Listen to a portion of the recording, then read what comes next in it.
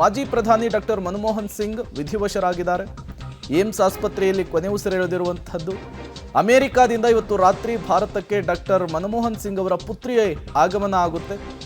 ಹತ್ತತ್ರ ರಾತ್ರಿ 1 ಗಂಟೆ ಸುಮಾರಿಗೆ ಭಾರತಕ್ಕೆ ಅವರು ರಿಟರ್ನ್ ಆಗ್ತಾರೆ ಅನ್ನುವಂತಹ ಮಾಹಿತಿ ಸಿಗ್ತಾ ಇರುವಂತಹದ್ದು. ನಾಳೆ ಮನಮೋಹನ್ ಸಿಂಗ್ ಅವರ ಅಂತ್ಯಕ್ರಿಯೆಯನ್ನು ಹಾಗಾಗಿ ನೆರವೇರಿಸಲಿಕ್ಕೆ ಸಿದ್ಧತೆಯಾಗಿದೆ. ಸ್ಥಳವನ್ನು ಕೂಡ ಈಗಾಗಲೇ ನಿಗದಿಪಡಿಸಲಾಗಿದೆ. ರಾಜ್ಘಾಟ್ನಲ್ಲಿ ಡಾಕ್ಟರ್ ಮನಮೋಹನ್ ಸಿಂಗ್ ಅವರ ಅಂತ್ಯಕ್ರಿಯೆ ನೆರವೇರಿಸಲಿಕ್ಕೆ ಪ್ಲಾನ್ ಆಗಿರುವಂಥದ್ದು. ಇವತ್ತು ಅವರ ನಿವಾಸದಲ್ಲಿ ಅಂತಿಮ ದರ್ಶನ ಗಣ್ಯಾತಿ ಗಣ್ಯರಿಗೆ ಮಾತ್ರ ಅವಕಾಶವನ್ನು ಕಲ್ಪಿಸಿಕೊಡಲಾಗಿದೆ, ಕಾರ್ಯಕರ್ತರಿಗಿಲ್ಲ.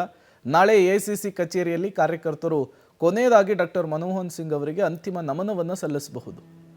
ನಾಳೆ ಮಧ್ಯಾಹ್ನ ಅಥವಾ ಸಂಜೆ ಅಷ್ಟೊತ್ತಿಗೆ ಅವರ ಅಂತ್ಯಕ್ರಿಯೆ ನೆರವೇರುತ್ತೆ ಅನ್ನುವಂತಹ ಮಾಹಿತಿಗಳು ಕೂಡ ಸಿಗ್ತಾ ಇದೆ. ಮತ್ತಷ್ಟು ಡೀಟೇಲ್ಸ್ ಅನ್ನು ಕೊಡ್ತಾರೆ ದೆಹಲಿಯಿಂದ ನಮ್ಮ ಪ್ರತಿನಿಧಿ ಶಬೀರ್ ನೇರ ಸಂಪರ್ಕದಲ್ಲಿ ಜಾಯ್ನ್ ಆಗಿದ್ದಾರೆ. ಶಬೀರ್, ಗಣ್ಯಾತಿ ಗಣ್ಯರು ಆಗಮಿಸ್ತಾ ಇದ್ದಾರೆ, ಅಂತಿಮ ನಮನವನ್ನು ಪಡಿತಾ ಇದ್ದಾರೆ. ಆ ಕಾರ್ಯ ಹೇಗೆ ಸಾಗ್ತಾ ಇದೆ? ಮತ್ತೊಂದು ಕಡೆ ಡಾಕ್ಟರ್ ಮನಮೋಹನ್ ಸಿಂಗ್ ಅವರ ಅಂತ್ಯಕ್ರಿಯೆಗೆ ಯಾವ ರೀತಿಯ ಪ್ಲಾನ್ ಆಗಿದೆ ಅಂತ ಹೇಳಿ? ಪ್ರೇಮಿಗ ಗಣ್ಯಾತಿ ಗಣ್ಯರು ಎಲ್ಲರೂ ಕೂಡ ಮನಮೋಹನ್ ಸಿಂಗ್ ಅವರ ನಿವಾಸಕ್ಕೆ ಆಗಮಿಸಿ ಅವರ ಪಾರ್ಥಿವ ಶರೀರದ ದರ್ಶನವನ್ನು ಮಾಡ್ತಾ ಇರುವಂಥದ್ದು. ಪ್ರಧಾನಿ ನರೇಂದ್ರ ಮೋದಿ ಅವರು ಆಗಮಿಸಿದ್ರು, ರಾಷ್ಟ್ರಪತಿ ದ್ರೌಪದಿ ಮುರ್ಮು, ಉಪರಾಷ್ಟ್ರಪತಿ ಜಗದೀಪ್ ಧನ್ಕರ್ ಆಗಿರ್ಬೋದು, ಗೃಹ ಸಚಿವ ಅಮಿತ್ ಶಾ, ರಕ್ಷಣಾ ಸಚಿವ ರಾಜನಾಥ್ ಸಿಂಗ್, ಹೀಗೆ ಎಲ್ಲರೂ ಕೂಡ ಬಂದು ಅಂತಿಮ ದರ್ಶನವನ್ನು ಪಡಿತಿದ್ದಾರೆ. ಕಾಂಗ್ರೆಸ್ ನಾಯಕರು ಮನಮೋಹನ್ ಸಿಂಗ್ ನಿವಾಸದಲ್ಲೇ ಮೊಕ್ಕಾಮೂಡಿರುವಂಥದ್ದು. ಮುಖ್ಯವಾಗಿ ಎಐಸಿಸಿ ಅಧ್ಯಕ್ಷ ಮತ್ತು ಮಲ್ಲಿಕಾರ್ಜುನ್ ಖರ್ಗೆ ಅವರು ಮತ್ತು ಲೋಕಸಭೆ ವಿರೋಧ ಪಕ್ಷದ ನಾಯಕರಾಗಿರುವಂಥ ರಾಹುಲ್ ಗಾಂಧಿ ಅವರು ಎಲ್ಲರೂ ಕೂಡ ಮನಮೋಹನ್ ಸಿಂಗ್ ನಿವಾಸದಲ್ಲೇ ಕುಳಿತಿರುವಂಥದ್ದು. ಬರುವಂಥ ಗಣ್ಯರ ಅಗತ್ಯತೆಗಳನ್ನು ಕೂಡ ಅವರು ನೋಡ್ಕೊಳ್ತಾ ಇದ್ದಾರೆ. ಅಂತಿಮ ದರ್ಶನಕ್ಕೆ ಬೇಕಾದಂಥ ಎಲ್ಲ ವ್ಯವಸ್ಥೆಗಳನ್ನು ಕೂಡ ಅಲ್ಲಿ ಪ್ರಮುಖ ಕಾಂಗ್ರೆಸ್ ನಾಯಕರು ಮಾಡ್ತಾ ಇರುವಂಥದ್ದು ಕೂಡ ನಾವು ಗಮನಿಸ್ತಾ ಇದ್ದೀವಿ. ಸಂಜೆವರೆಗೂ ಕೂಡ ಪ್ರಮುಖ ಗಣ್ಯಾತಿ ಗಣ್ಯರಿಗೆ ದರ್ಶನಕ್ಕೆ ವ್ಯವಸ್ಥೆಯನ್ನು ಮಾಡಿಕೊಡ್ತಾ ಇರುವಂಥದ್ದು. ಮುಖ್ಯವಾಗಿ ದೆಹಲಿಯಲ್ಲಿ ಭಾರಿ ಮಳೆ ಆಗ್ತಾ ಇರುವಂಥ ಹಿನ್ನೆಲೆಯಲ್ಲಿ ಅಂತಿಮ ದರ್ಶನದ ಕಾರ್ಯಗಳಿಗೆ ಬಹಳಷ್ಟು ತೊಡಕಾಗಿರುವಂಥದ್ದು. ಹೀಗಾಗಿ ಸೀಮಿತವಾದಂಥ ಗಣ್ಯರಿಗೆ ಮಾತ್ರ ದರ್ಶನದ ವ್ಯವಸ್ಥೆಯನ್ನು ಈಗ ಸದ್ಯಕ್ಕೆ ಮಾಡಲಾಗ್ತಾ ಇದೆ. ಮುಖ್ಯವಾಗಿ ಕೇಂದ್ರ ಸಚಿವರು, ಮಾಜಿ ಕೇಂದ್ರ ಸಚಿವರು ಮತ್ತು ಏನು ಮನಮೋಹನ್ ಸಿಂಗ್ ಅವರ ಜೊತೆಯಲ್ಲಿ ಆಪ್ತ ಬಳಗದಲ್ಲಿ ಗುರುತಿಸ್ಕೊಂಡಂಥವರು, ಹೀಗೆ ಪ್ರಮುಖ ಗಣ್ಯರಿಗೆ ಮಾತ್ರ ಈಗ ದರ್ಶನಕ್ಕೆ ಅವಕಾಶವನ್ನು ಮಾಡಿಕೊಡ್ಲಾಗಿರುವಂಥದ್ದು. ಇವತ್ತು ರಾತ್ರಿಯವರೆಗೂ ಕೂಡ ಮನಮೋಹನ್ ಸಿಂಗ್ ಅವರ ಪಾರ್ಥಿವ ಶರೀರ ಅವರ ನಿವಾಸದಲ್ಲೇ ಇರುತ್ತೆ. ನಾಳೆ ಬೆಳಗ್ಗೆ ಅದನ್ನು ದೆಹಲಿಯಲ್ಲಿರುವಂಥ ಎಐಸಿಸಿ ಪ್ರಧಾನ ಕಚೇರಿಯಲ್ಲಿ ಇಡಲಾಗುತ್ತೆ. ಅಲ್ಲಿ ಕಾರ್ಯಕರ್ತರಿಗೆ ಮತ್ತು ಸಾರ್ವಜನಿಕರಿಗೂ ಕೂಡ ದರ್ಶನಕ್ಕೆ ಭೇಟಿಗೆ ಅವಕಾಶ ಮಾಡಿಕೊಡ್ಬೋದು ಅಂತ ಹೇಳಲಾಗ್ತಾ ಇದೆ.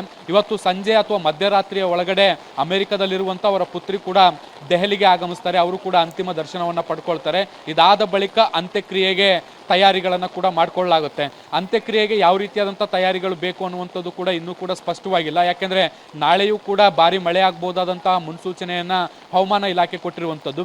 ಹೀಗಾಗಿ ಅವರನ್ನು ಎಲ್ಲಿ ಅಂತಿಮ ವಿಧಿವಿಧಾನಗಳು ಪ್ರಕ್ರಿಯೆಗಳು ಮಾಡಬೇಕು ಅನ್ನುವಂಥದ್ದನ್ನು ಕೂಡ ಇನ್ನೂ ಕೂಡ ಪರಿಶೀಲನೆ ಮಾಡಲಾಗ್ತಾ ಇರುವಂಥದ್ದು.